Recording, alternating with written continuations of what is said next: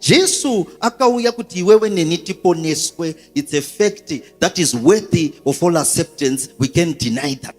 But do you know that one of the remarkable things that we should rejoice over panyaya yekuuya kwa Jesu panyika inyaya yekuti what happened in Genesis chapter 6 from verse 1 to 7 was about to happen again. In Genesis chapter 6 from verse 1 to 7, God, it is mentioned that God saw that the heart of man imagined wickedness all the time.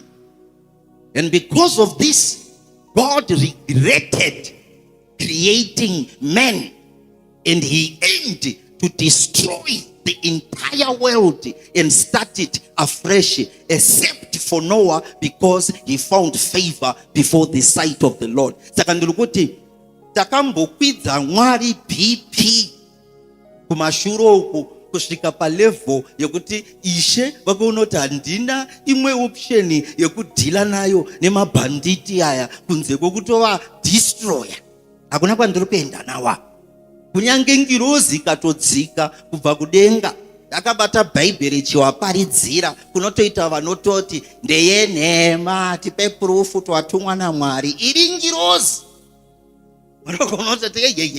Ava ndivagona zvinonzi Mwari vakaregreta kuti chandakasikira inini mabhandita aya chii ininiwo ndinazvowo futa komana kuito mukuru vachichema kusvika Mwari pakuona kuti right zvavharana munin'ina Noah wawana favor.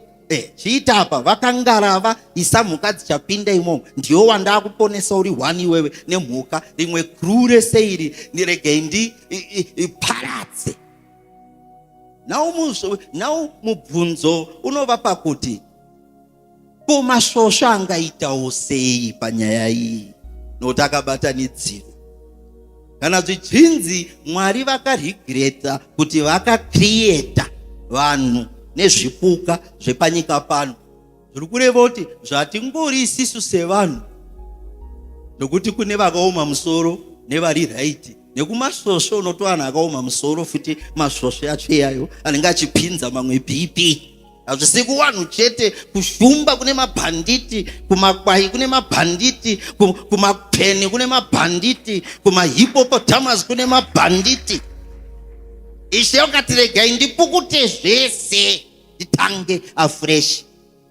Saka chatisingazive vanhu ndechekuti chiitiko ichi changa chada kuitika kwepiri. God was at the verge of destroying you and me and wiping off the entire existence of the earth because of the anger that came as a result of human beings triggering it here on earth. And the only reason why it didn't happen was because the Messiah, Jesus Christ of Nazareth, came and died for you and me. So he took the wrath of God.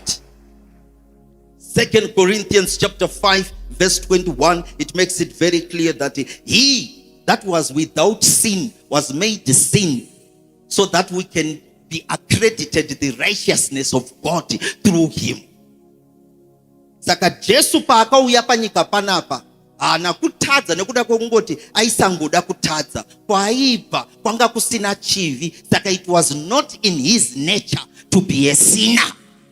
But akadecide kuuya panyika panapa chiri chikonzero chekuti John 4 verse 24 inoti God is a spirit, and those that worship him must worship him in spirit and in truth. Zvareva kuti Mwari vari invisible, havaoneke. Kuti tivanzwisise vakaona zvakakosha kuti vambopfeka drezi ravakatora muwardrobe yanga iri mumimba maMary kuti vapfeke vauye panyika pano vagare nesu isu venyama, kuti tinzwisise Mwari ari invisible.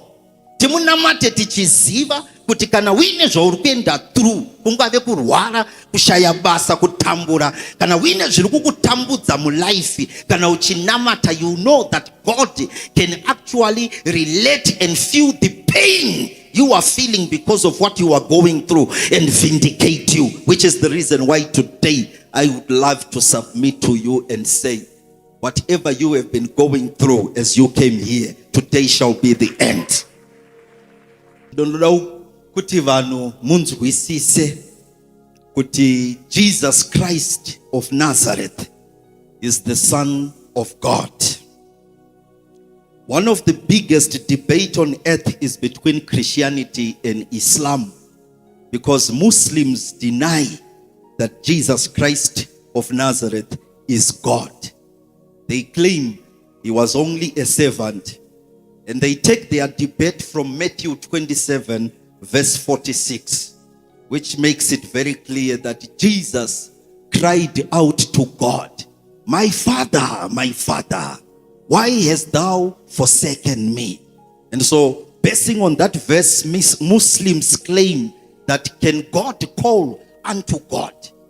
For Jesus to call out unto God, it is a clear sign that he is a servant. He is not God. So he was calling out to God in the same way all of us have to call out to God.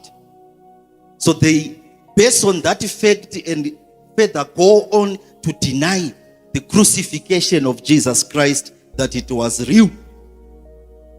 It is stated clearly in their Bible, Quran chapter 4, verse 127.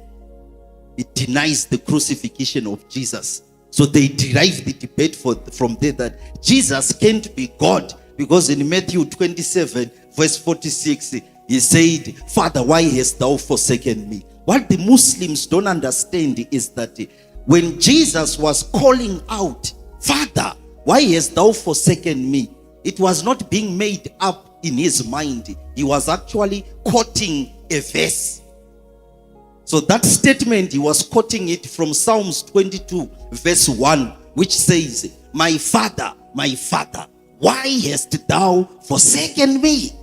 So Jesus was actually quoting a scripture when he was saying those things. So in the realm of the spirit, when you are sitting like this looking at me, the Messiah made it very clear. Then when you are in a predicament that is challenging, you do not have to cry much. You simply have to master the art of calling scripture in your situation and declaring scripture in a situation. God will be obliged to answer. So Jesus knew the strength of his word. So whenever you say a scripture in your situation, it carries divine power that can bring forth the results. Saka Jesu throughout the scripture akaprova kuti ndini Mwari. Mukamhanya pa John chapter 8 verse 58, taura pachena, before Abraham was, I was. Zvirovoti Abrahamu tateguru weChristianity asati avapo, ndanga ndatovapo ini saJesu Kristo kumavambo. Jesu akaita kuti zvive clear kwatiri tose kuti tikatenda musimba rake zviri nyore kuti tisangane nekubwinya kwake sezvataurwa namukoma wenyu vakuverengerai vhesi. John chapter 14 verse 14, it makes it very clear that whatsoever you shall ask the Father in my name, I will do it. Saka kana uri panapa nhasi, hatisi kunamata Mwari weprobability wokuti kana wauya panapa tikamudana pane possibility yekuti anze atishande tichidaro kazvo ichitorana novhara cheche yacho moenda zvenyu munotenga chicken slice munoona maIndian movie kumba. Kukudedzai tichikuunganidzai kudai inyaya yekuti tina confidence yekuti varume musharuko uyu anopindura tikamudana nezita remwanakomana wake Jesu Kristo weNazareta. Kune munhu akatonditi selo kunhanikireka. Jesu akataura pa John 14 kubvawo pa 11 kunobata pa 13 akataura kuti vanonditenda mabasa ndiri kuita aya vachaita makuru kudarika mabasa ndiri kuita aya.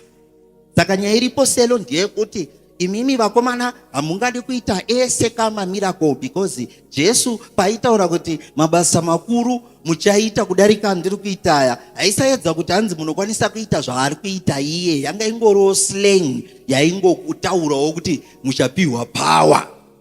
Ndikati mukuru, ropafadzo yaMwari inofambidzirana nekutenda kwako. Saka kana muine kutenda ikoku ndizvozvo, hazvisi problem, hazvikuendesei kugehena. Kasi nini mukuru, breni dzangu dzakatodhomoka panyaya dzechiKristu. Kana Jesu akafamba pamusoro pemvura obva ataura kuti mabasa anodarika aya muchamaita, inini ndiri kutsanya nekunamata kuti pave nezuva rekuti ndichaita kurusedi pamusoro peosheni, vanhu makamira ndichiparidza. Inye faith yako varume. Saka kana uri muno uine kutenda kuti gore rino uchavaka duplex, haisi mhosva kutenda ukwako. Kana uine kutenda kuti vhiki rino uchabhadhara zvikwereti, haisi mhosva, ilevel yekutenda kwako. Mwari havaise demarcation pafaith kuti dzenyu dzawandisa idzi wapana ipapo. Naiman, yawanda faith, tapudza imbijani faith. Haiyo. Ukazvidzora wega ndiwe. Saka Mwari vanotida kuti level yekuti mukoma Bhaibheri rese Jesu akauya kuzorizadzikisa kupruva kuti nderechokwadi. Matthew chapter 5 verse 17, the Messiah made it very clear that I did not come to destroy the law or the work of the prophets, but I have come to fulfill it. Saka Jesu vakauya kuzofufila ivhangeri kuti pandiri ndopazvinotangira zvichigumira. Saka Jesu uyu ndiye watiri kunamata nhasi takagara muno. Ishe Kristu dai vazviratidza musevhisi yanhasi.